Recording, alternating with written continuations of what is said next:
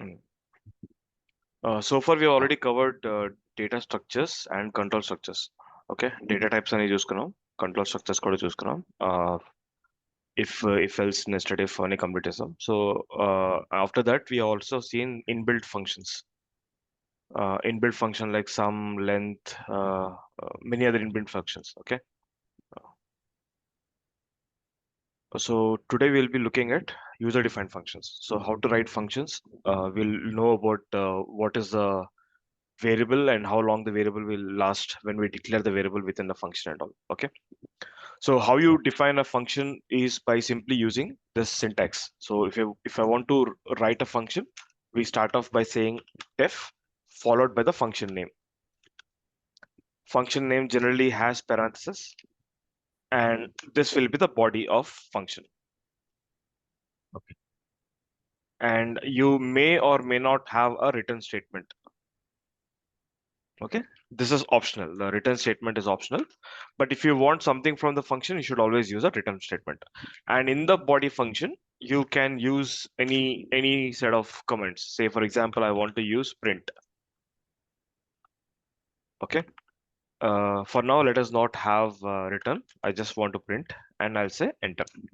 So this function is sitting in my memory. Okay, and I have not used anything. I mean, I did not call this function so far. So this function will get executed only when I call it. So how do you call a function is by simply saying function name.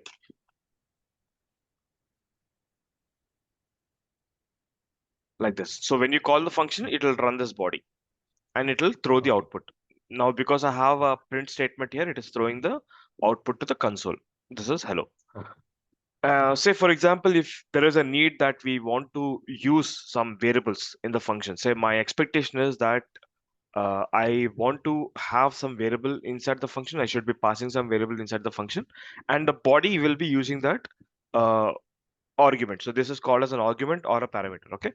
So let us say I define one more function now,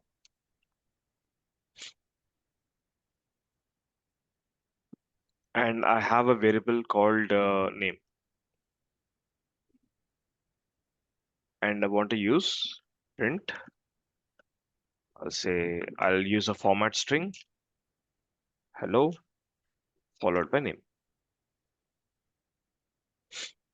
So I declared this. Now it is expecting one variable to be called. Say, for example, if I want to call this function name, if I do not pass any parameter to it, if I do not pass any argument to it, it will fail because it is expecting at least one argument to be sent.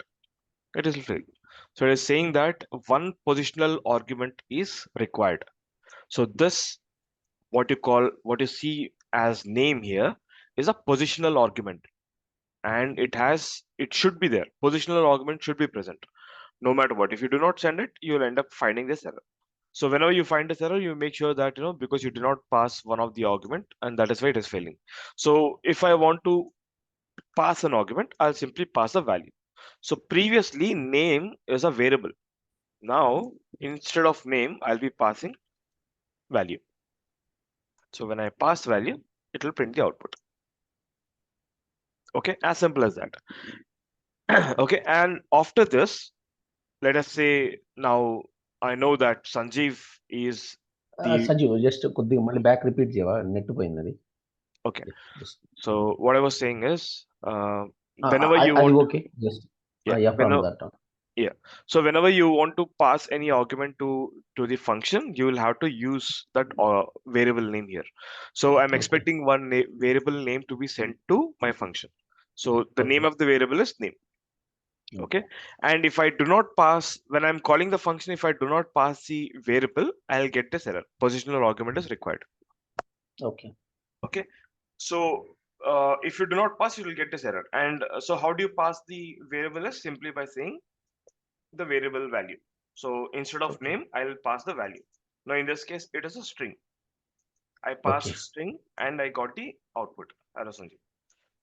Okay. Okay And whenever you see this, so you know that instead of name, I have Sanjeev, but I cannot access name outside the function. See, name is not defined. This variable, whatever you saw here, is present only within the function. The scope of the Okay. variable is only within the function. So this, I'll just write a comment.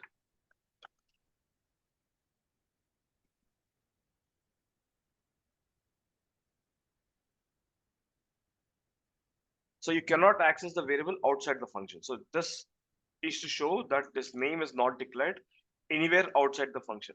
So if you want to use it outside the function, you have to declare it globally. Okay, say for example, how do you declare it globally is, I'll say nm is equal to Chandra. Okay, Okay. now this is declared globally. Now what I'll do is I'll call my function name new, Mhm.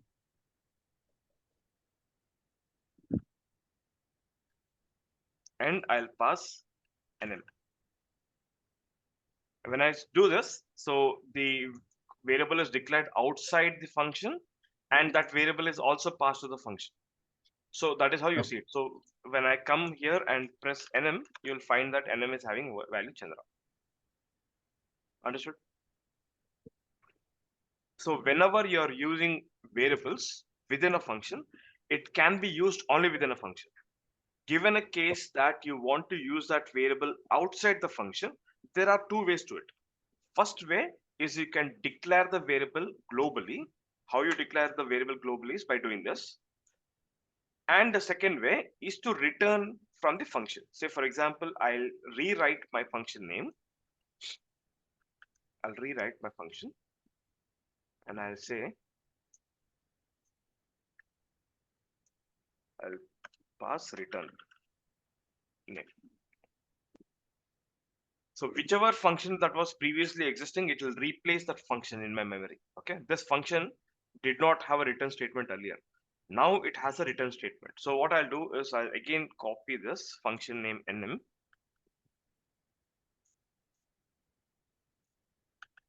and I'll paste it here. Okay, you so because there is a return statement, I have to capture that in a new variable. So my new variable will be, let me write it in a new cell, nm2 is equal to this. So what is happening here is, whatever is the output of this function will be stored in this particular variable. nm2 was not declared earlier. Okay, nm2 was not declared earlier. Okay.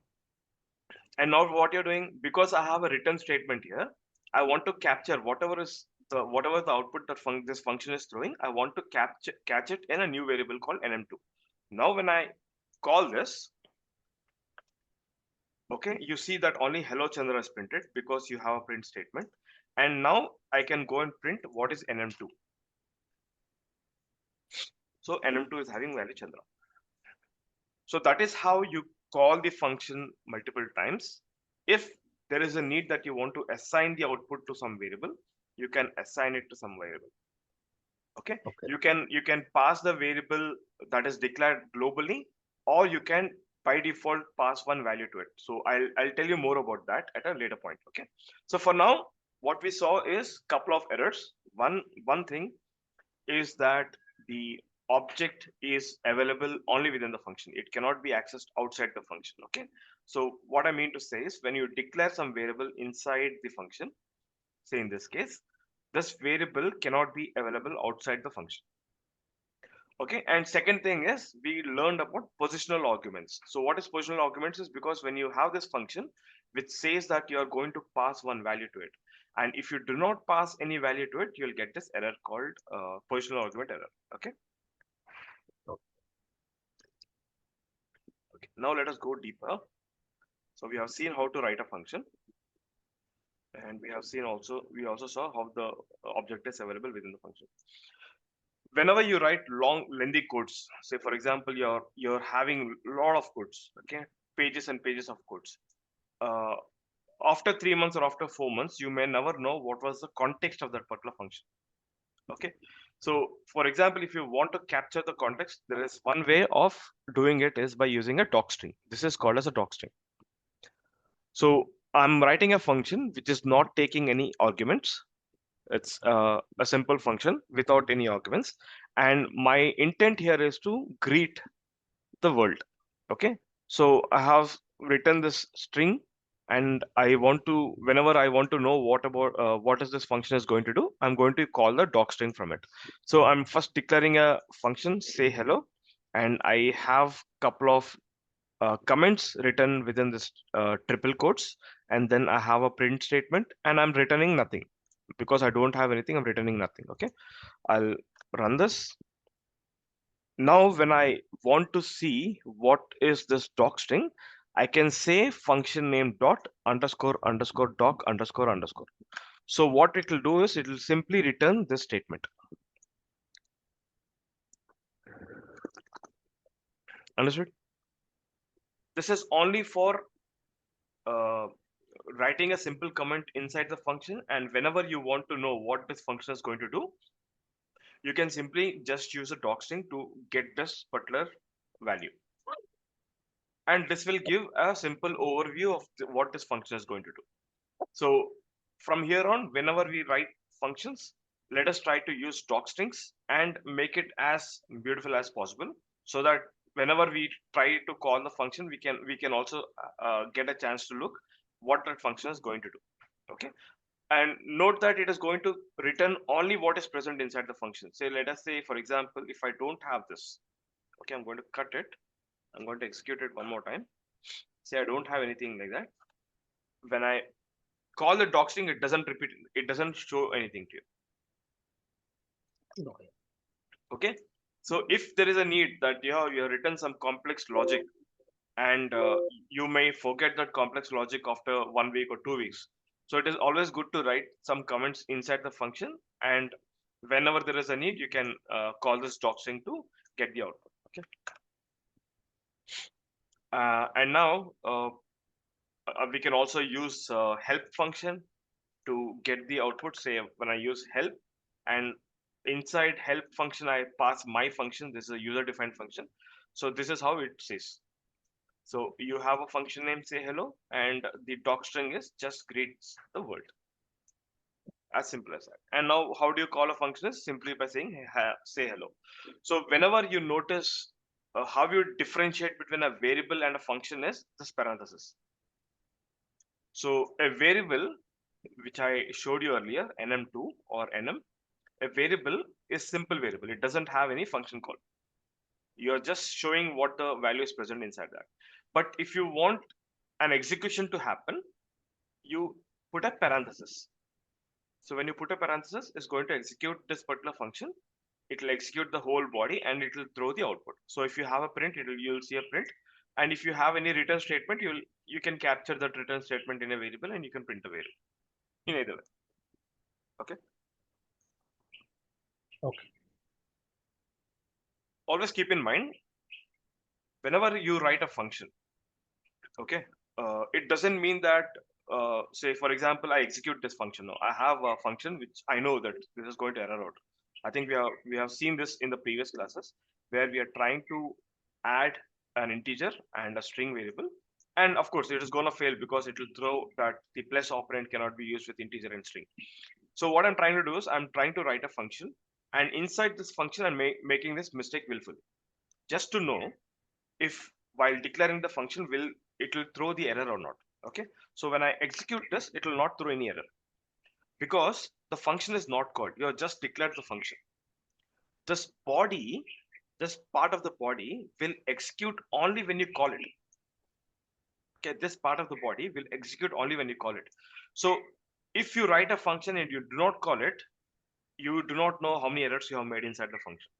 So the first thing what you do is, after you write a function, test it with all possible scenarios. Now, so how do I test it? Because I have written a function.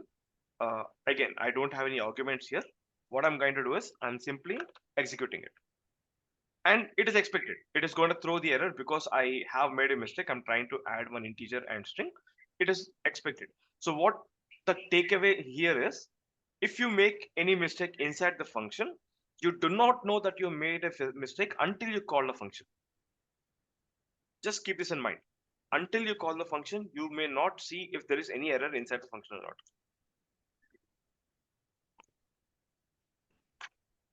Clear, Tilia? Okay. Okay. So far, we have seen how to declare a function, We have seen about positional arguments. We have seen that the error will not be thrown until you call the function, and the variable scope of the variable is present only within the function. Okay. So as we move forward, we will get a little more complex. Now let us take uh, one simple function which is going to add three numbers. Okay. So how you can add? Say if I simply want to add, I can write the same statement in different ways. So what I can do is I can simply say return this x plus y plus z. Okay, this is a very simple logic. But if you want in a more complex way, you can declare a variable called total. Total is equal to x plus y plus z, and then you return the total. Okay, this is one way. Or the other way is you can also use sum function and say sum of inside the list. You can say x plus x comma y comma z. You can write the same logic in many different ways. Whichever you feel is easy, you can write it that way. Probably when you're starting off with initial days of career, your code may look like 10 lines or 15 lines. As you get more and more experience, your 10 lines of code will get represented as 5 lines of code or 3 lines of code based on how efficiently you use the variables, how efficiently you declare the functions. Okay, all these are correct. All these will achieve the same functionality. Which are used, you use this one, it's the same functionality. You use this one, it's the same functionality. Or you use this one, it's the same functionality. When you have two written statements, the first will be considered. So I have two written statements here. I have written here, I have as well as written here. Whichever is first will be considered. And you see, these are grayed out. It means that this part of the code will not get executed. You don't have to remember it, but this is just for your information that the first written statement will be considered, and from there on it will not execute any part of the body. Okay, for now let us say that we have declared a variable inside the function called total, and total is nothing but x plus y plus z. There are three arguments here. X is my first argument, y is my second argument, z is my third argument. And as I said, I want to use a doc string, so I'll say, okay, I'll say takes three integers or float values and returns their sum. Okay, I'm just writing a doc string which says that suppose I'm expecting three uh, values to it, and I'm returning the sum of those three values. I'm expecting an integer or float. Okay, just because I have written integer or float, it doesn't mean that I cannot pass any string. I can pass string, but it might fail. Okay, so let us execute this. And as I said, if I want to go and see the doc string, I Call can the go and function. say, yeah. Before that, I'll just call the doc function. Okay, it says it takes three integers of float and so on. Um, I also want to know what is the value of x, what is the value of y, and what is the value of z. So how do you do that? How do you know? So I can say print. I use a string value of x. I'll use x value of y. Again, I don't have to values of variables. I'll say new line, x is this, it's a small x, and then y is this, and then z is this. Okay, let us say that I have a print which says what is the value of x, what is the value of y, and what is the value of z. It is okay to have print statements inside the function when you are in the initial phase of Python. But when you already know what are the values that you have, then you can just ignore this print, because as we move forward, it is good to have only those prints which are meaningful for our console, like for our understanding. So if you keep adding prints in every function, then it gets very difficult for you to analyze what is the output and from where the output is coming from. Okay, so for now, let us write this print statement. If you don't require it, we can always comment it out. Okay, so let me keep the print for now. I'm going to execute it. This I executed. And then when I call, say I want to call the function, I'm calling with three variables, 1, 5, and 10. So what happens is x is having 1, whichever is first argument is x, whichever is second argument is y, and whichever is third argument is 10. Let us say I shuffle these arguments. I shuffle these arguments. I'll say this is 10 and this is 1. You notice what has happened? Because the first value is 10, x always takes the first value. So if order is important for you, then make sure that you pass them in the correct order. This order, of course, in this functionality, it doesn't make sense because the output of the value is same. But in few cases, let us say instead of having x plus y plus 10, I'll say x plus y to the power of z. So in this case, the order is important because if my z is having a different number, the output will differ. In the case of some, it might not differ. Okay, so just make sure that the order is important. Whenever you have, whenever there is a need that the order should be important, you should pass the variables in a correct order. And x will always take the first number, y will always take the second number, and z will always take the third number. You can also define, say I don't want to maintain the order, but I want to assign it to proper values. Say then what I'll do is I'll say z equal to 10, y equal to 5, and x equal to 1. And when I do this, it will go in correct order. I'm saying that I have three arguments. I'm going to pass you three values, but the order is jumbled. But I want the jumble to go in a proper way. So I'm saying declaring z as a first value, y as a second value, and uh, your x as a third value. I can put different names to it. I can say this is C, this is B, and this is A. So when you do this, what happens is it is looking for C.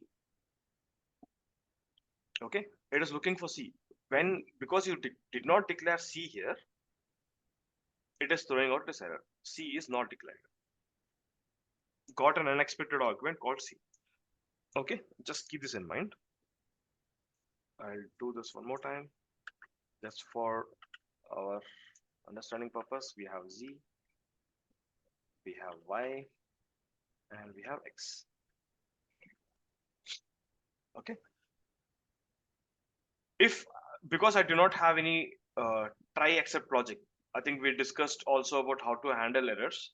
I did not have any error handling technique here. Okay, so what happens if I willfully make a mistake? I'm going to pass a string instead of the Z value. So what happens?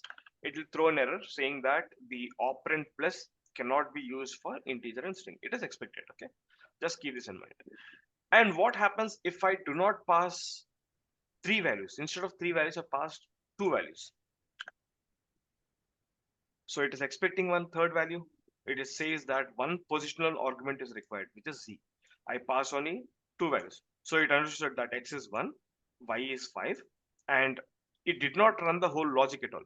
See, we have the first print statement here. Okay, it did not even come till here. The moment it calls a function, it first checks, did I get three variables or not? Because I did not get three variables, I'm going to throw the error. I'm not going to execute any part of the body. Okay, that is how you see that there is a missing argument called Z. On the other hand, if I pass more values to it, say I have 1, 5, 10, I also pass 5. So it doesn't understand what to do with this 5. And it says only three positional arguments were expected, but four were given. Four were given here. Three is expected in the function. Are you with me? So function expects only three values, but I have passed four values. Then it will throw this error. Why I'm saying about the errors is because you get familiarized. And whenever you see this kind of an error, it will be easy for you to catch and correct it. Because I'm expecting only three variables, but I'm passing four variables, that is, it is throwing an error. So what to do if I want to make the third number as optional? That is where you have something called as keyword arguments. So now we are going to talk about keyword arguments. If I don't get any value from the user, I'm going to have a default value. How you declare a default value is by saying z equal to 0. At any given time, z will be 0 until I get a value of for z. So how do I declare it now? I declare it x comma y comma z equal to 0. This is a keyword argument. Always keep in mind that the keyword argument will follow the positional arguments. So I cannot say x is equal to 0, comma y, comma z equal to 0. The moment you do it, it will throw a syntax error. So what is a syntax error? So when I hold my mouse, it says non-default argument follows argument. Okay, this is a non-default argument. This is a default argument. The non-default argument should never follow a default argument. Okay, so how do I do it? The correct way of declaring is you have positional arguments followed by the keyword arguments. Now x z equal to 0 is a keyword argument. Again, what I'm trying to do is I'm just trying to print what is the value of x, what is the value of y, and what is the value of z, and printing the total. So I declared this function. Now my function name is add three numbers with a keyword argument kw. Okay, and now what happens if I pass only two values? I pass only 5 and 10. When I pass only 5 and 10, the value of z is by default 0, because I said if I do not get the value for z, you take it as 0. So that is why it is marking it as 0. What if I say z is equal to minus 5? Okay, and I run a function one more time. When I run this, you see the z value is minus 5. Now I want z should not be minus 5, it should be 9. So what will happen? I will pass the third argument as 9. It automatically understands that 9 value is going to store in z, because this is the third argument. Okay, so you see x plus x is 5, y is 10, and z is 9. So the default value of minus 5 is replaced with z. Okay, and you can also do like this, because you have a keyword argument. I can say z equal to 9. It automatically understands that z has a value of 9. So you can directly pass without z equal to, or you can also pass with z equal to. So we can also have, so in this case, for example, I have like this one keyword argument.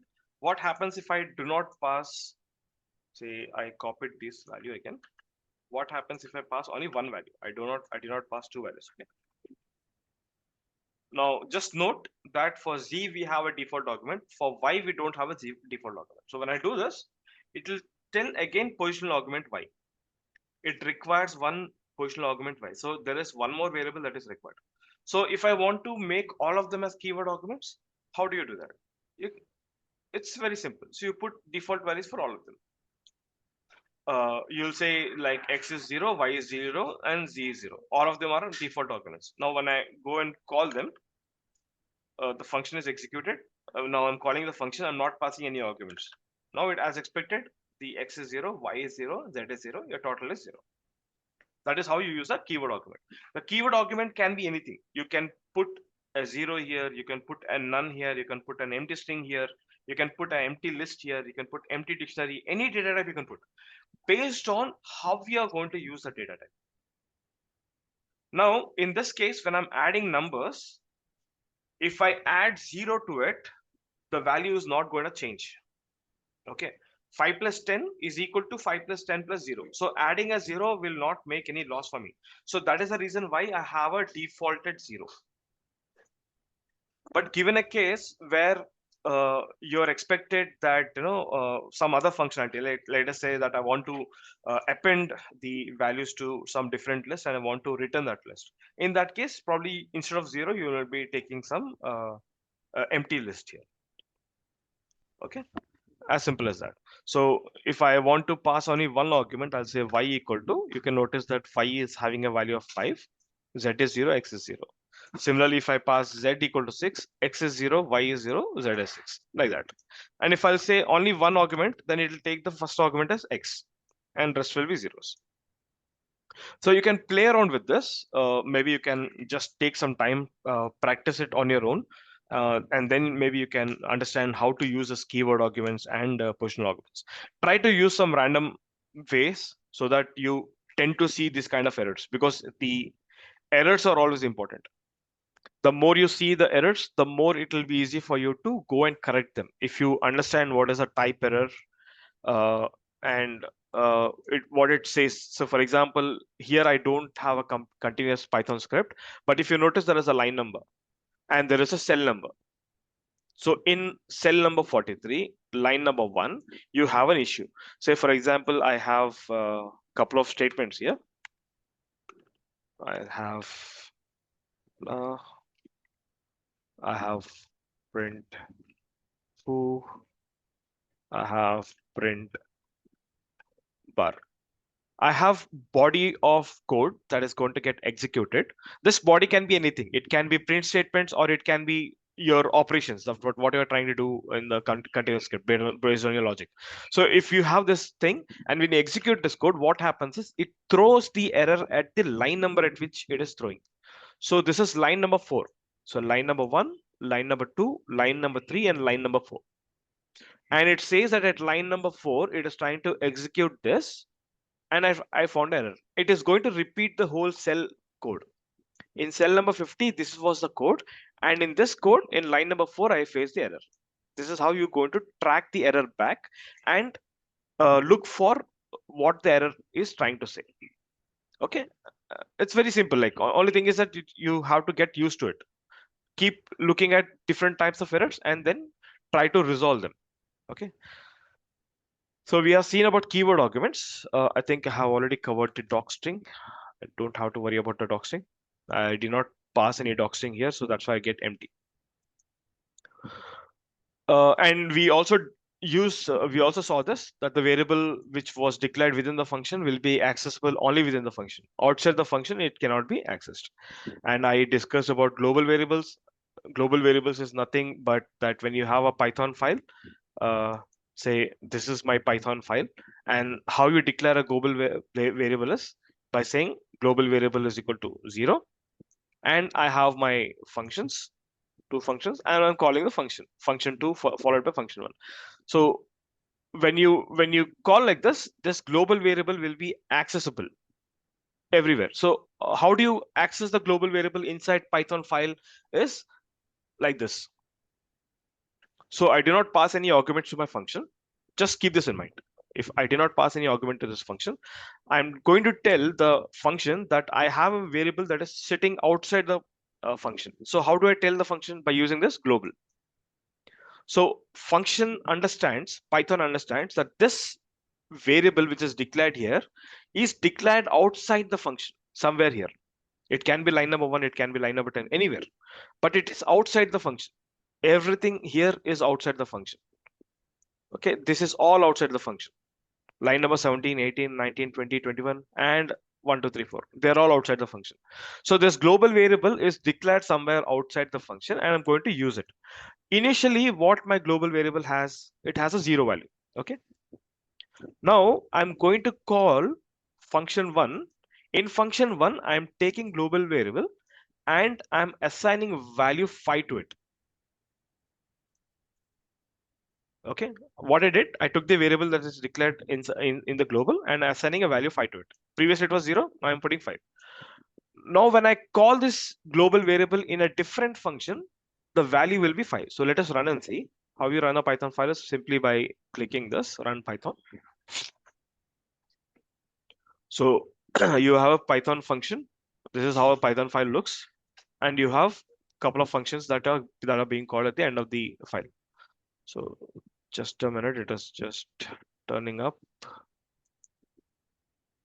Yeah. So you look at the prints from here. This says where my file is present. It is present in D drive, knowledge, training. The file name is test.py. In my first function, you notice here, this is my first function. Okay, this is a print. The value of global variable is 0. Correct? And after this print, I have assigned the value 5. Okay. Now in the second function, when I call the global variable again, here I did not call global. See, I did not use anything like global. Okay, I did not use anything. I'll tell you what is the difference. Okay. So in the second time, when I call the same variable in the second function, it will take the most updated value. The updated value is 5. Again, if I go and call the first function, it will still be 5 because I have assigned 5 to it. Okay, when I call this function again, I'm going to call, how are going to call the first function again? I'm just simply calling the first function. So what is the catch here? Why I'm telling this? Whenever there is a need to update the global variable, this is how you update it. First, you have to tell that I'm going to update the global variable by using global, call the variable inside the function, update the value, and do nothing. So once you have updated, the global variable will be updated. Let us say that I have not used global variable at all. Okay, I did not use this global variable, but I'm trying to still assign it and see what happens. Okay, I'm going to clear it just for understanding, and then I'm going to run it. Now what it says, it doesn't understand from where this global has come. You're trying to use this global variable, but it is not uh, declared anywhere in the function. That is why it is failing out. So that is the reason it's like if you want to use it somewhere, you have to use it as global. And why it is throwing error? Because you're trying to declare it. Say for Except example, without it. Yeah. mhm. Say for example, I don't declare it, but it did not throw the error in second variable. So one thing I'll do, I'll keep it like this. I'll not call the first function. I'll see if it will fail in the second function or not. Okay. So okay, look at the error again. It says function one, line number 19. Okay. This is the first function which is called. Okay. This is first function at line number 19. Inside this function, again in line number 8, print global variable caused the error. So if you go to line number 8, this is the value where it is throwing the error. So what I'm trying to do is, I just want to check if the same error will get repeated in function 2 or not. Okay. So I commented the function 1. I'm going to run it one more time. Let me clear it. The meeting is going to end. I'll restart the meeting. Please join back. Okay. Okay. See, in the second function, it did not throw error. In the second function, I used global variable, but I did not assign it. And then it says for the first function, again, it failed. For the second function, it did not fail. You understood? So whenever there is a need, this, I think we might not be using it, but this is how you're going to use a global variables. Whenever you want to use a global variables and there is a need of updating it, always use global. So let's join back. I'm going on this computer. So we just saw that when I don't use global, I was getting an error. Okay.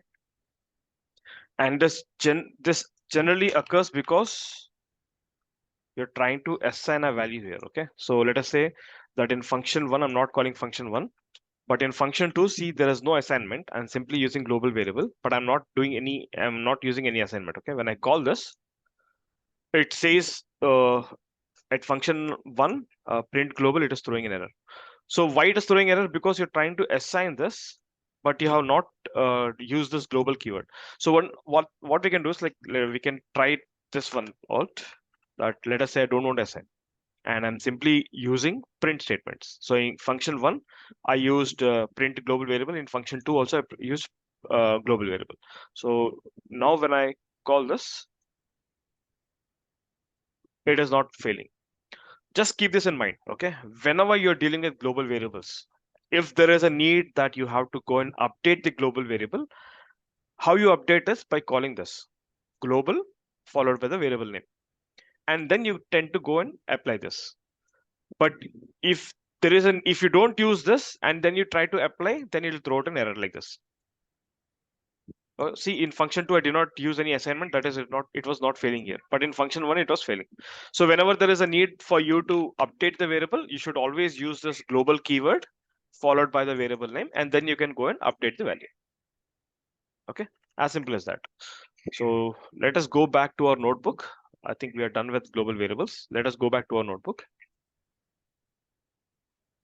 I have discussed about functions.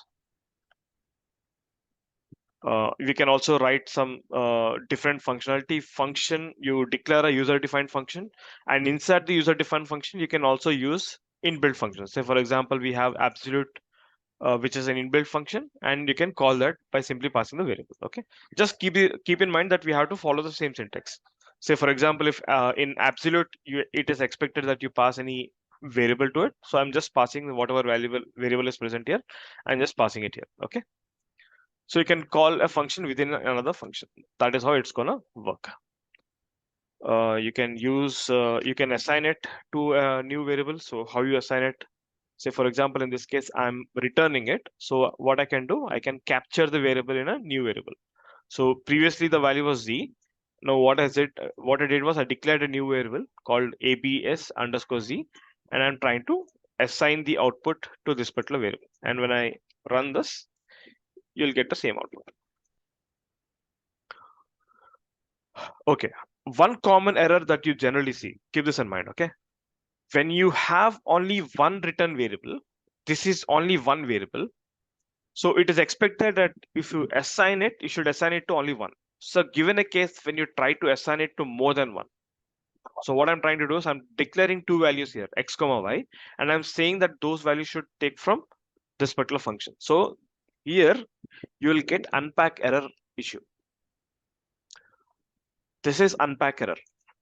Why unpack? The moment you see unpack, it means that the right side is having only one value, but on the left side, you're having more than one values. On the left side, I have two. On the right side, I have one. So the unpack error is generally when the number of variable counts are not matching on both sides. Okay, the number of variable counts here is two, and the number of variable counts here is one. So why do I say one? Why do I say one? So when I go and call the function, let us say I'm not using any assignment operator, I'm getting only one output. I'm getting only one output. I'll come back.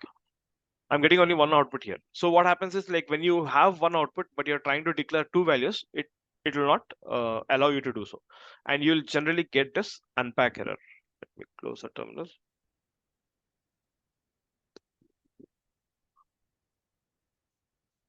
I don't need this terminal here. Okay. So what to do if you want to convert two numbers? Say I can take two arguments. I can call the same function two times. I'll say absolute of x, comma absolute of y. In this case, I'm going to get two values out of it. So how will you get two values? I'll just copy this again from here. I'll upload this here. And then when I try to do it, see, you're getting a tuple and you're getting two values, number 10 and number y. Now you can use two values. So on the right side, we have two values. On the left side, you have two values. So when you call this, this will allow you to do it. It will assign two variables, and this is how the variables look like, 10 and 9. But again, when you have this on the left side, you have one variable, and on the right side, you have two variables. What happens is x will be converted as tuple. See? So both the outputs are stored in tuple, and it is giving an output. Let us try with three variables. Now what I'm trying to do is I have x comma y comma z. This is only to show you the different kinds of errors that we get. Okay.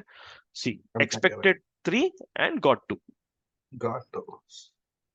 And whenever you see this keyword unpack, you forget about what this is. Okay. 3 and 2, forget it. Whenever you have unpack error, it means that the number of variables on the left and number of variables on the right are not matching. Just keep that in mind.